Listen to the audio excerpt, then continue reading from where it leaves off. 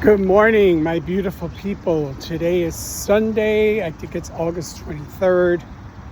I'm in Pelham Bay Park coming out from my morning walk. I thank God that I'm able to walk and move and enjoy the beautiful outdoor weather. We had a major rainstorm this morning, and after every rainstorm, the sun shines and it's just absolutely gorgeous, and I felt I really needed to get out and move. As I said before, I had some major issues with my right foot and my left knee. My right foot has since gotten better, and my left knee, look how beautiful that is. That is the war memorial there, the angel. My left knee has really recovered well. I really stand by red light therapy. It has been a blessing in my life. Red light therapy for pain, joint pain, back pain. There was a time my right knee hurt for quite a few years. I couldn't bend it.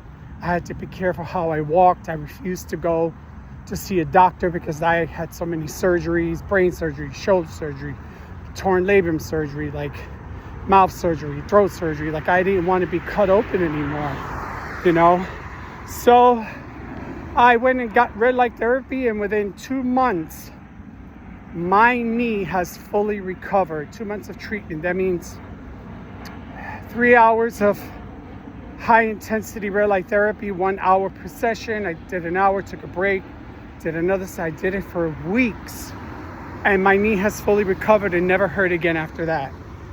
So that right there alone told me that red light therapy was worth it.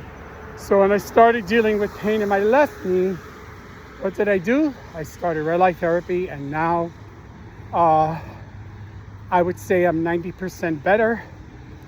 And as far as my right foot, I have a bone growing in the back of my heel, and I'm assuming that with time I'm gonna need surgery if it becomes a problem, but right now it's not a problem. So I hope all you guys are doing well and enjoying the fresh air, because good morning, I'm out, and I'm in my 60s. It's important for me to move. There was a time when we were younger, I went running 14 miles 3 to 4 times a week. I used to bike from the Bronx all the way down to Christopher Street. I used to rollerblade from the Bronx all the way down to Christopher Street. Sometimes I'd come home rollerblading and biking, and sometimes it was so exhausting that I took the train back. I used to be able to do 2 hours on a step machine. I was so physically fit, and then 2004, boom, brain tumor.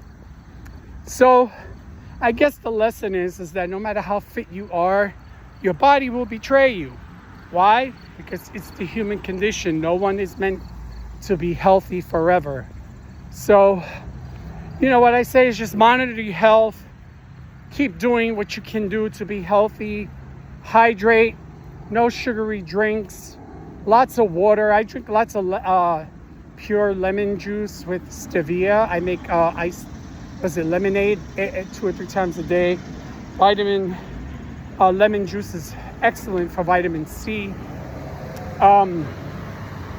And so, I didn't want to come out because early this morning it was really, really raining a lot. It was really heavy.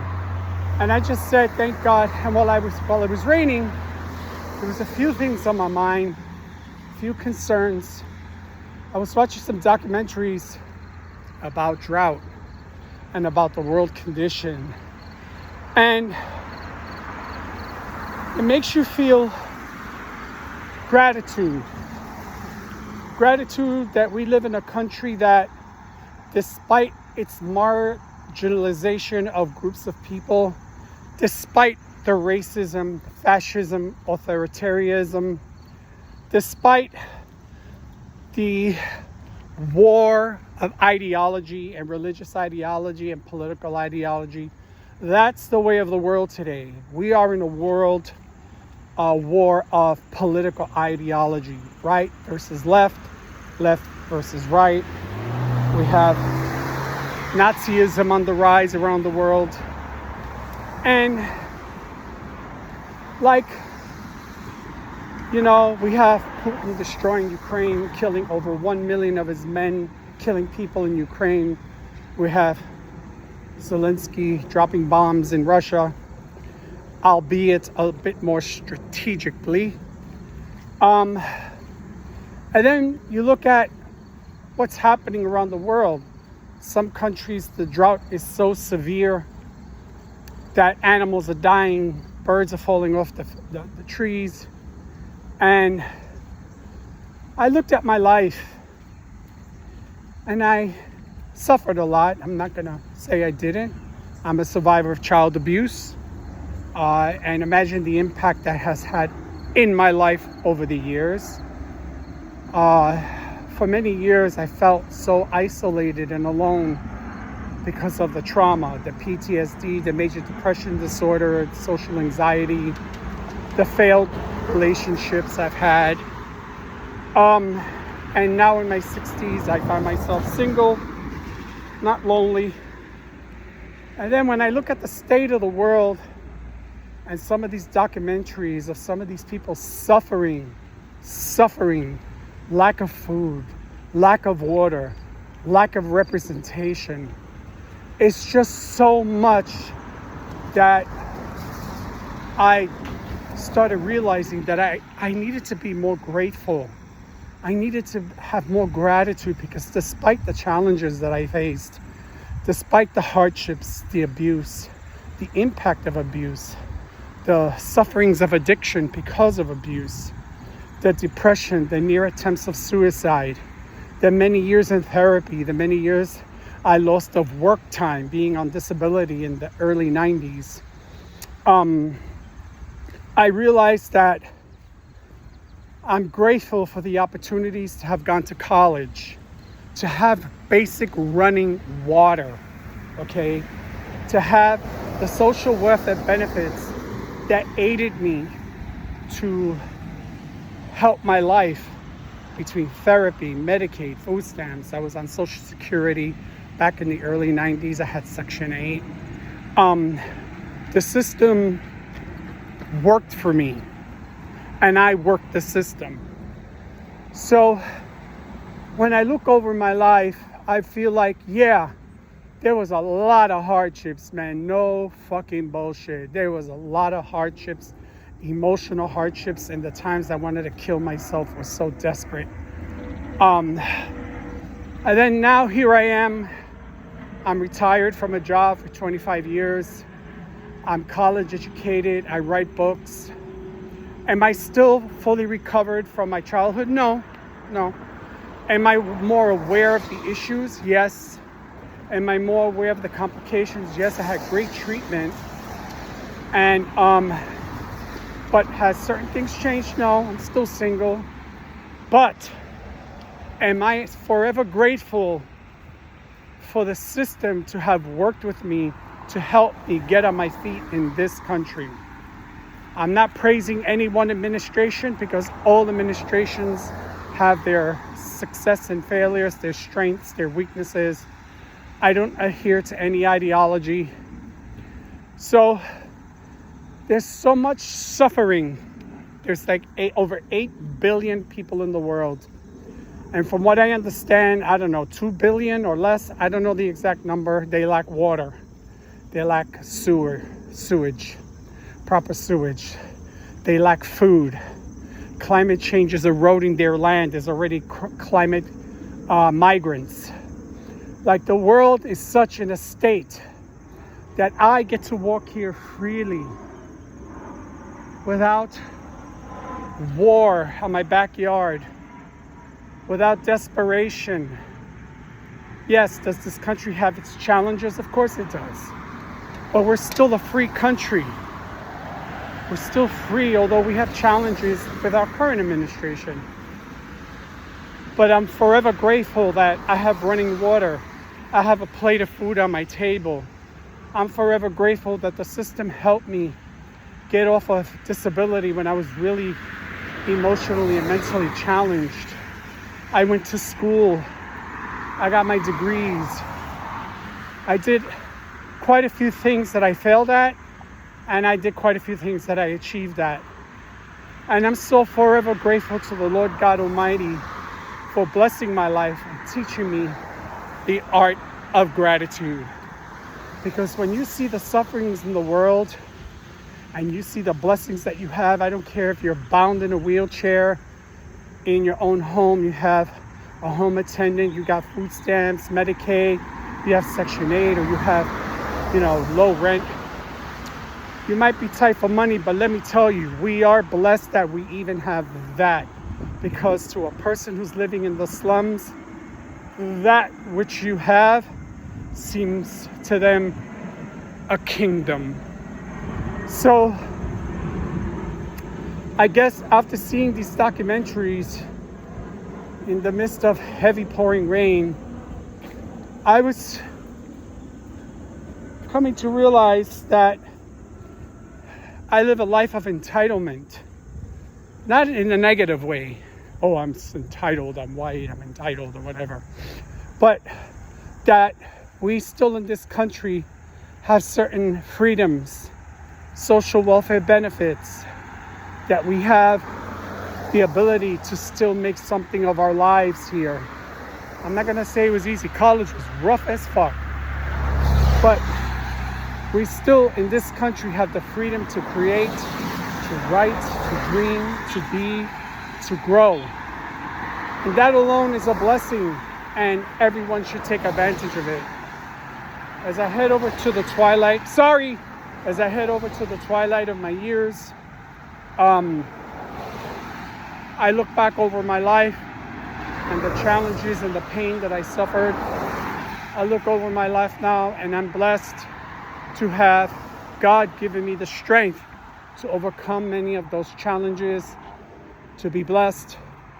I thank God for giving me the strength to overcome many challenges.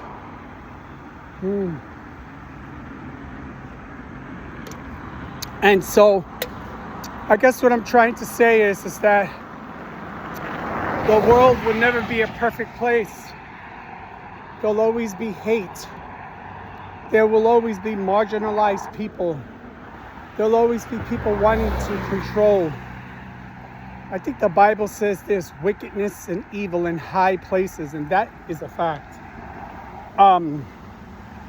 Just the things that human beings do, child trafficking, child rape, murder,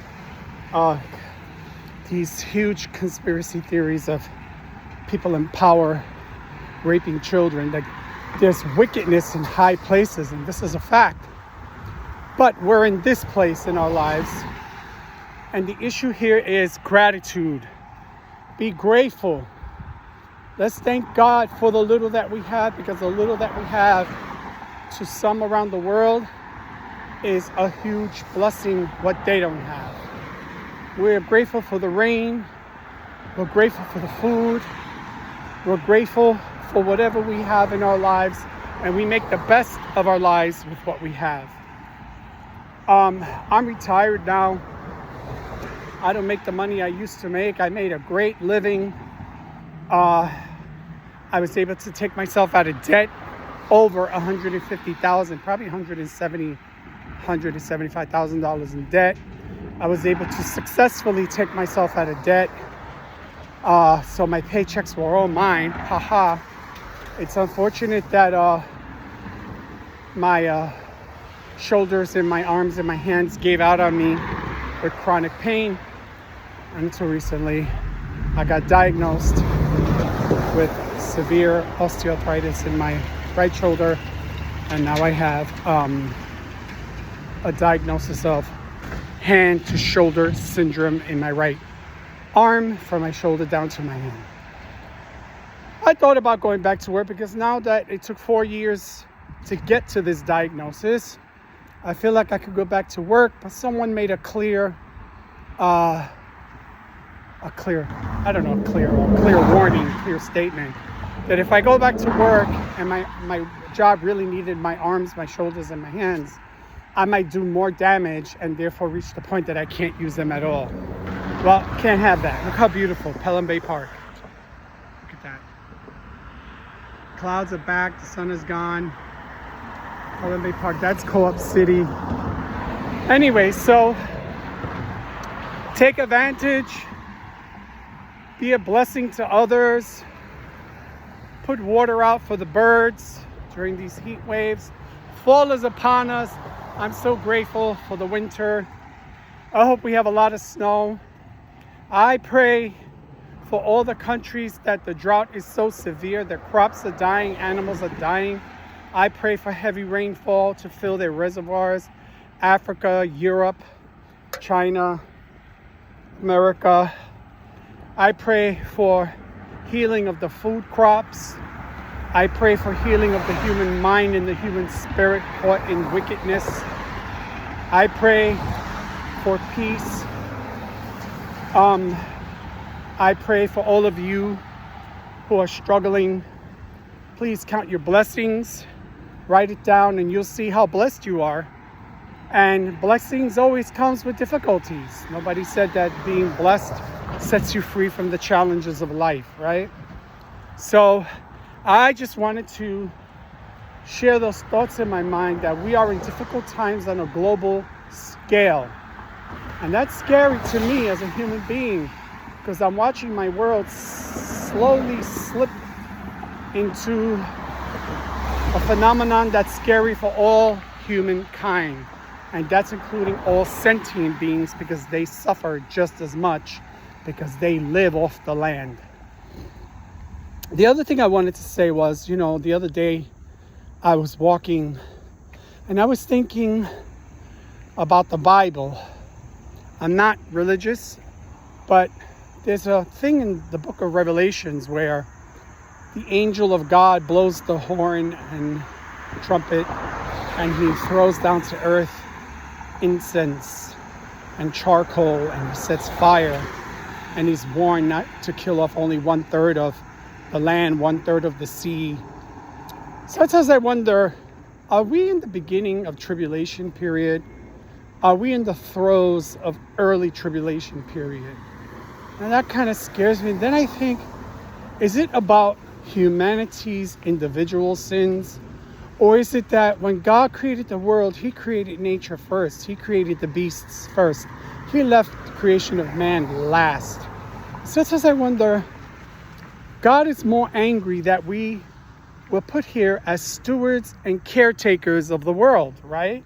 We were to take care of this. This is God's first creation, was nature, was animals, was water, was light, was sun, was dark. And he created humankind to caretake of this planet, to be caretakers. And I wonder, just thinking out loud, if the caretaking was a major failure of humanity as we exploited the land, as we exploited the air, as we killed off animals, as we continued to kill off the land to build industry. Maybe God is more angry by the fact that we did not take care of what he entrusted to us. And maybe he's about to destroy it because we don't deserve it. This is just a thought. So I think it's less to do about individual sin and more to do about humanity's lack of love for what he created as we destroy it. It's just a personal thought. It doesn't mean that it's biblically sound or anything. It's just a thought of mine. So I want to say to everyone, enjoy your day. It's a beautiful Sunday out. The air is fresh. It's not as hot or humid. We have a few weeks left to August. Fall is upon us. Yes, I love the fall. I live by a school. I don't like the early morning rush of school. I don't like even looking at it. And it's beautiful out. You can smell the greenery. And thank you. And it's gorgeous to come out, go for a walk. If you're not able-bodied, open the windows, turn on the fans, air out your apartment or your house. You know, make something healthy to eat. And make sure every day you tell yourself that you love yourself. You did the best you could with your life during your twilight years. I've accepted the fact that I failed in certain endeavors in my life, but I also accepted the fact that I did the best I could with the tools I had at the time. If I could turn back time and change certain things, no, because they're done already. If I could turn back time and wish I was more aware and more wise, yes, I probably would have done things differently. But I don't live in that. It's not a regret. It's just a thought. Anyway, people, you guys have a great week. I wish you all the best. Take care of yourselves, because in the end of the day, all you have yourself and God who loves you. Take care.